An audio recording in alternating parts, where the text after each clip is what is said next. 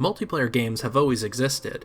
In fact, some of the first video games in history were multiplayer. In the beginning, games really just had to be fun and entertaining. It was the gameplay that was purely responsible for the success of a game. Games started to shift and focus on story, as well as providing an experience when gaming went through a bit of a renaissance in the late 80s and early 90s. Most games focused on the single-player experience, and multiplayer was seen as a bit of extra frosting on a cake. Reviewers generally focused on the cake itself, the single-player experience, since the frosting could make a good cake great, but it can't make a poor cake good. It started slowly, with games like Halo showing that first-person shooters could be done well on the consoles, complete with a solid multiplayer component. Then we started to see games trying to force multiplayer modes into almost everything. It almost became like not having a multiplayer component was a detriment. The frosting became part of the cake.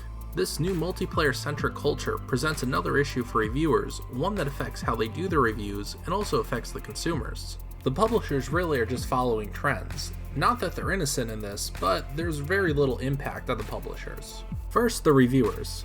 The reviewers face several issues that impact their reviews. First is the fact that the line between multiplayer-centric games and single-player has blurred over the years. The dynamic has really shifted in favor of the multiplayer game. It leads to the question, when is it okay to forgive a game with a poor single-player component and a good multiplayer component, as well as vice versa?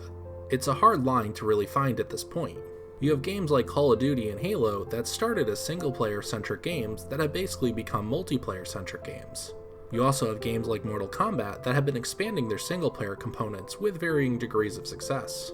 Scoring is the hardest part. Do you really mark a game like Mortal Kombat or Unreal Tournament down for having a weak single-player component, as long as the multiplayer is strong enough? Do you take points off Call of Duty for having a weak multiplayer if the single-player is there? It's a tough choice which will ripple through the entire industry. Once you accept the shift to a multiplayer-centric industry, another difficulty presents itself.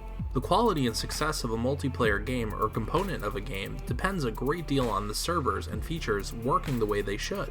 The problem is how the servers and features work depends greatly on the number of people actually playing. Playing on servers with a low load is completely different from playing when the servers are stressed, such as during the launch of a popular game.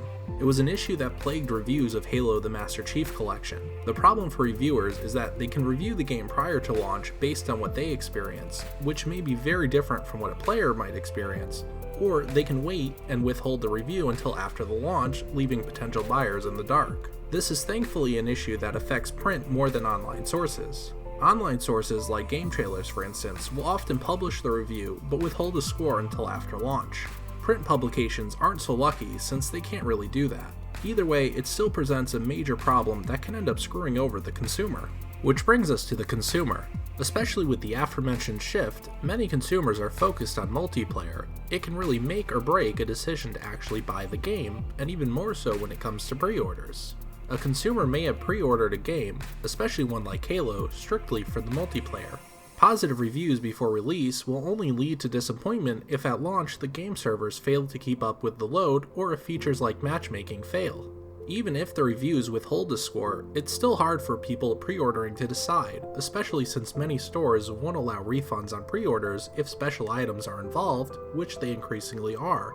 At the end of the day, there's very little the consumer can actually do, other than not pre-order and just wait. It's unfortunate, but the publishers should be making sure that their servers can hold the weight, and they really don't.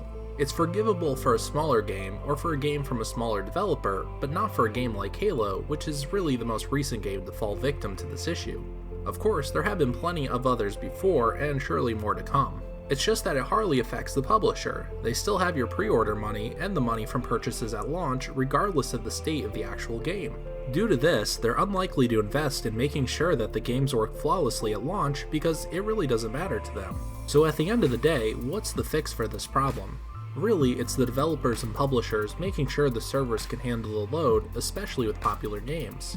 However, seeing as how this is unlikely to ever happen, as of now, the best option is what sites like game trailers have been doing and not giving a score until after the launch to be sure they score accordingly.